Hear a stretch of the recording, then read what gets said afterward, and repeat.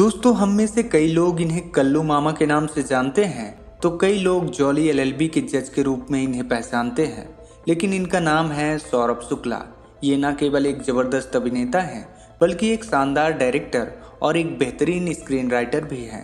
छोटे पर्दे से लेकर फिल्मों तक में इन्होंने अपनी अदायगी से दर्शकों का भरपूर मनोरंजन किया है। चाहे विलन के रूप में हो या फिर कॉमेडी, सौरभ शुक्ला के हर अंदाज को पसंद किया गया।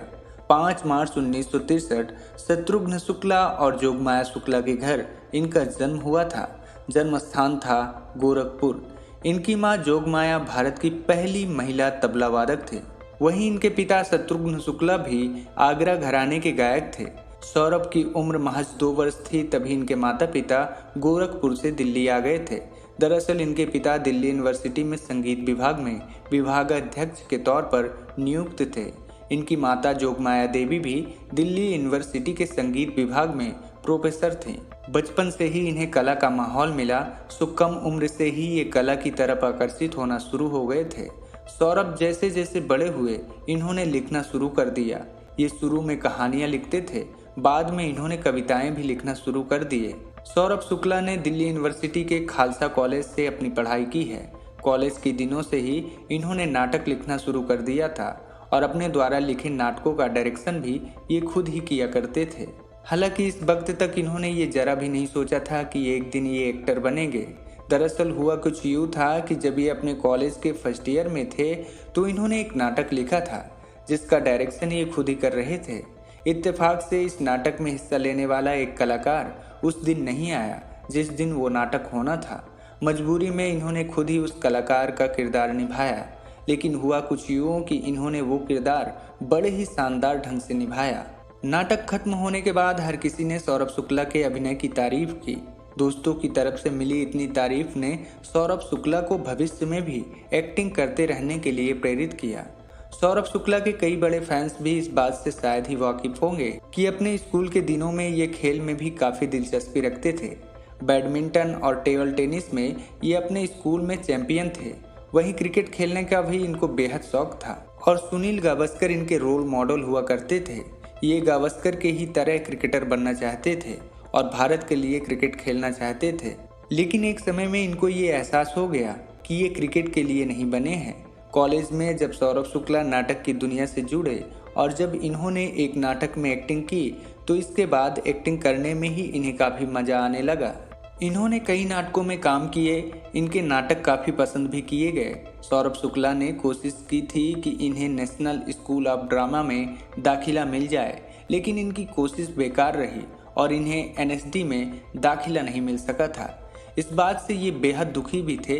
हालांकि बाद में संयोग कुछ ऐसा बना कि इन्हें एनएसडी की रेपेट्री में नौकरी मिल गई थी। ये कहानी भी बड़ी दिलचस्प है कि सौरभ शुक्ला फिल्मों में कैसे आए। दरअसल सौरभ शुक्ला को एनएसडी की रेपेट्री में नौकरी करते हुए 2 साल का वक्त हो चुका था। फिर जब शेखर कपूर अपनी फिल्म बैंडिट क्वीन के लिए अभिनेताओं की तलाश कर रहे थे तो सौरभ शुक्ला ने भी ऑडिशन दिए थे, मगर उन्हीं दिनों इनको बीबीसी के एक प्रोजेक्ट के लिए लंदन जाने का ऑफर मिला। बैंडिट क्वीन के लिए चुने जाने के बावजूद सौरभ शुक्ला ने लंदन जाने को तरजीह दी। लेकिन कुछ ही वक्त बाद कुछ ऐसा हालात बना कि लंदन वाले जिस प्रोजेक्ट में इन्हें काम करना था वो कैंसिल हो गया।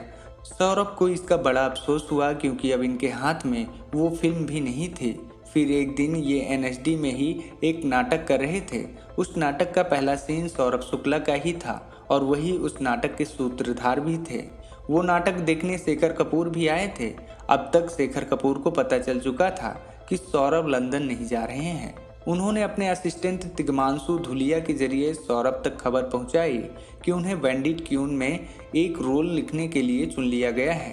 ये सुनकर सौरभ शुक्ला बहुत खुश हुए। बैंडिट क्वीन की सारी शूटिंग धौलपुर में हुई थी। उसके बाद शेखर कपूर के ही बुलावे पर सौरभ शुक्ला पहली दफा मुंबई पहुंचे।